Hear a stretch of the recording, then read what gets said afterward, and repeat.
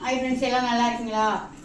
இப்போ வந்து இன்னைக்கு நம்ம வீட்டில் இன்னைக்கு மதியம் என்ன குழம்புன்னு பார்த்துலாமா? இன்னைக்கு மதியானம் ஞாயிற்றுக்கிழமைக்கு சரியாகவே ஒன்றும் செய்யலை. திங்கக்கிழமையும் ஒன்றும் செய்ய முடியலை. பார்சல் போடுறதுனால டைமே இருக்க மாட்டேங்குது. அதுக்காக இன்னைக்கு என்ன செஞ்சுருக்கேன்னா, இன்னைக்கு பெருசாலாம் ஒன்றும் செய்யலை. இறால் வாங்கிட்டு வந்திருக்கேன். அந்த இறால் தான் குழம்பு வைக்க போகிறேன். எல்லாரும் இறால் குழம்பு வைப்பீங்க. இப்போ நான் எப்படி வைக்கிறேன்னு பார்க்கலாம்ல. இப்போ வாங்க, நான் இறால் குழம்பு எப்படி வைக்கிறேன்னு பார்க்கலாம். தேவையான உப்பு, இந்த குழம்புக்கு தேவையான உப்பை போட்டுருவோம். இது நம்ம மீன் குழம்புக்கு கரைக்கிறது மாதிரிலாம் கரைக்க மாட்டேன் புளி. இந்த இவ்வளோ பெருசு.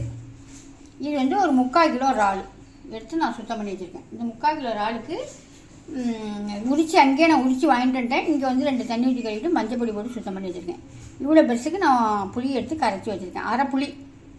மீன் குழம்புக்கெல்லாம் கரைக்காமல் பாதி புளி கரைச்சா போதும். இதில் கரைச்சி வடிகட்டி வச்சுட்டு தேவையான உப்பு போட்டிருக்கேன். 3 தக்காளி, மீடியமான தக்காளி, 3 தக்காளி. நம்ம வீட்டில் ரெடி பண்ணுறோம்னா கலந்த தூள், அந்த தூள் தான் சேர்த்துக்க போகிறேன். நீங்கள் எவ்வளோ குழம்பு வைக்கிறீங்களோ அதுக்கு தேவையான பொடி சேர்த்துக்குங்க. நான் ஒரு 4 ஸ்பூன் கிட்ட சேர்த்துக்கிட்டேன். தேவையான உப்பு போட்டோமா, இதை நல்லா கரைச்சி விட்டுடலாம். கரைச்சி விட்டுட்டு குழம்ப ரெடி பண்ணிக்கிட்டோம்னா டக்குன்னு அடுப்பு பற்றி வச்சு குழம்பு தாளிச்சிடலாம்ல. அப்புறம் இந்த குழம்புல சில பேர் என்ன செய்வாங்கன்னா, இறால் குழம்புல வாழைக்காய், நல்ல முத்தல் வாழைக்காய் இல்லாமல் கொஞ்சம் இளம் வாழைக்காயை பார்த்து போடுவாங்க. நல்லா இருக்கும் வாழைக்காய் போட்டால். அப்புறம் 2வது இறாலில் சொர பிஞ்சு இருந்தால், பிஞ்சு சொரக்காயாக இருந்தால் போடுவாங்க. அப்புறம் உருளைக்கிழங்கு போடுவாங்க. இப்போ நான் என்கிட்ட இருக்கிறது உருளைக்கிழங்கு தான் இருக்குது. அதனால் நான் ஒரு உருளைக்கிழங்கு, சின்ன உருளைக்கிழங்கா தோலை செஞ்சுட்டு வச்சுருக்கேன். அதை போட்டு வைக்க பார்ப்பேன். அப்புறம் தொட்டுக்கிறதுக்கு பார்த்தீங்கன்னா இதே தான் தொட்டு சாப்பிட்ணும். ஆம்லேட் போட்டுக்கலாம். முட்டை இல்லாத நாளே கிடையாது எங்கள் வீட்டில், எங்கள் பையனுக்கு. அதனால் முட்டை சேர்த்துக்கலாம். உங்கள் வீட்டில் என்ன சாப்பாடுன்னு கமெண்ட்ல சொல்லுங்கள். அப்புறம் ஆஃபர் முடிஞ்சிருச்சு. அப்புறம் 1ஆம் தேதிக்கு மேலே சொல்கிறாங்க என்ன ஆஃபர் போடுறதுக்கு தான் எல்லாம் மசாலா ஐட்டம்லாம் ரெடி பண்ணிட்டு இருக்கேன். வெயிலே அடிக்க மாட்டேங்குது. இந்த 1 வாரம் வெயில் சொல்லியிருக்காங்களா, இந்த வெயிலில் நம்ம ஜாமான்லாம் வாங்கி காஞ்சிக்கிட்டு இருக்கு. இப்போ காலையில் நான் யதார்த்தமாக மளிகை ஜாமான் வாங்கலாம் கடைக்கு போனேன். இந்த இறாலை பார்த்தோன்னா நல்ல பெரிய இறாலாக கிடந்துச்சு. சரி, கொஞ்சமாக இறால் வாங்கிட்டு வந்தேன். இப்போ ஜாமான்லாம் வாங்கிட்டு எல்லாம் காஞ்சிக்கிட்டு இருக்கு.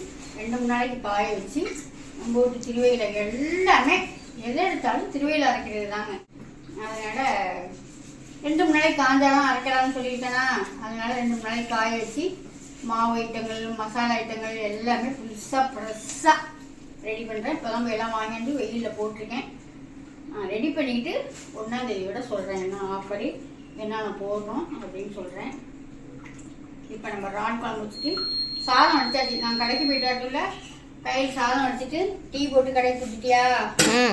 கடைக்கு டீ போட்டு குடிச்சிட்டு எனக்கும் ஒரு டம்ளர் வச்சுருந்துச்சு. டீயை குடிச்சிட்டு இறாலை நான் 2 வாட்டி கழுவி வச்சுருந்து வெங்காயம்லாம் அரிஞ்சு வச்சிருச்சு. வெங்காயம்லாம் அரிஞ்சு வச்சுட்டு இது என்ன 2 வச்சுருக்கேன்? ஆம்லேட்டுக்கு ஆம்லேட் வேறையா? சரி, ஆம்லேட்டுக்கும் குழம்புக்கும் வெங்காயம் அரிஞ்சு வச்சிருக்கு. கரண்ட் போயிடுச்சு. அப்புறம் இறால் குழம்பு சில பேர் பொரிச்ச குழம்பு மாதிரி வைப்பாங்க. நான் பொரிச்ச குழம்பு மாதிரி ஒரு தடவை வச்சேன். எங்கள் அக்கா வீட்டில் எல்லாமே பொரிச்ச குழம்பு மாதிரி தான் வைப்பாங்க.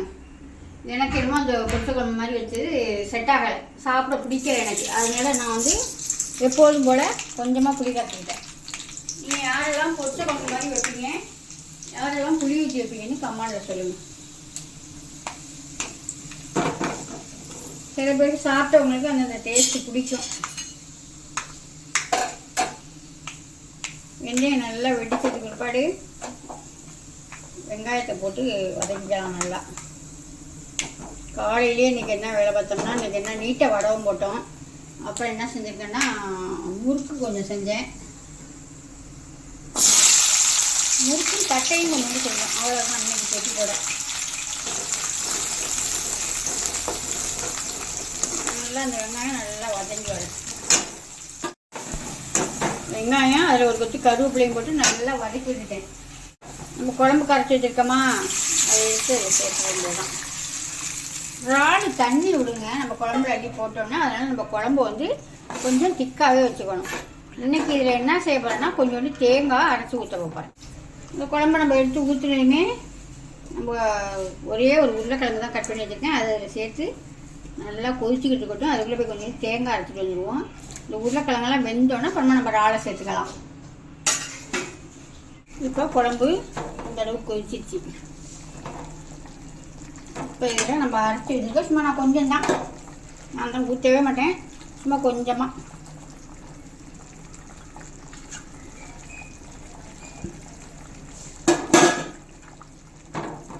தேங்காயை ஊற்றிட்டு உடனே நம்ம இறாலையும் அள்ளி போட்டுடலாம்.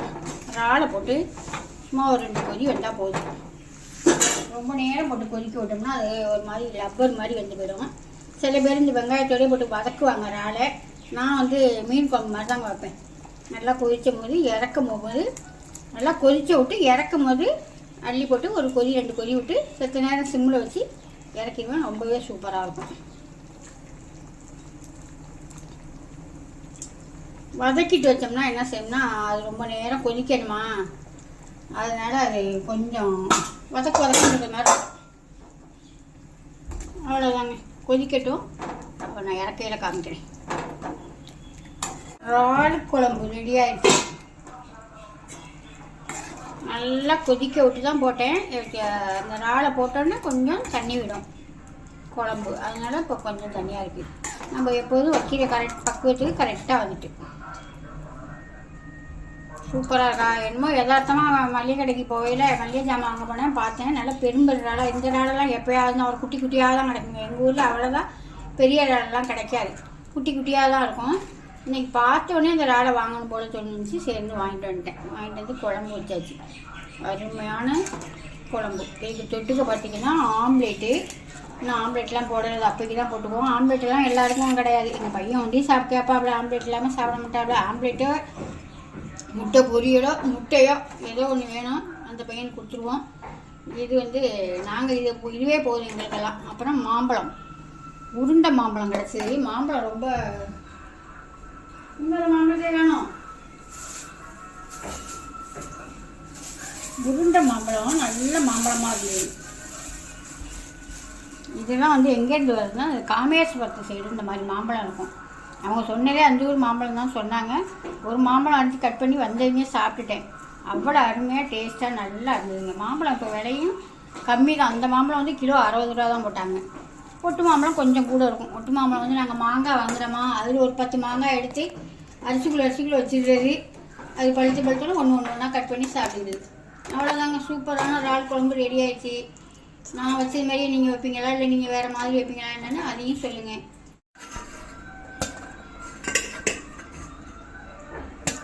இப்போ குழம்பு ரெடி ஆயிடுச்சு. சாதமும் சுட சுட இருக்குது. நல்ல ஒரு குழைவான சாதத்தில், எனக்கு குழைவான சாதம் பிடிக்கும். சில பேருக்கு விதையாக சாதம் கேட்பாங்க. நான் வந்து இந்த மாதிரி குழம்புக்கெல்லாம் நல்லா குழைவாக சாதம் தான் பிடிச்சி சாப்பிட எனக்கு பிடிக்கும். அப்புறம் 2 பீஸ் மாம்பழம் ஏற்கனவே சாப்பிட்டுட்டேன், அதனால் 2 பீஸ் வச்சுக்குவோம். இப்போ நான் சாப்பிட்டு பார்த்துட்டு எப்படி இருக்குன்னு சொல்லிடுறேன். அருமையாக இருக்கு. இப்படி வச்சாதாங்க எங்களுக்கு பிடிக்கும். புளி ஊற்றி வச்சாதான் எங்களுக்கு பிடிக்கும். சிம்பிளான சாப்பாடு, வாய்க்கு சூப்பரான சாப்பாடு. உங்கள் வீட்டில் என்ன சாப்பாடுன்னு கமெண்ட் சொல்லுங்கள். அடுத்த வீடியோவில் பார்ப்போம். பாய்.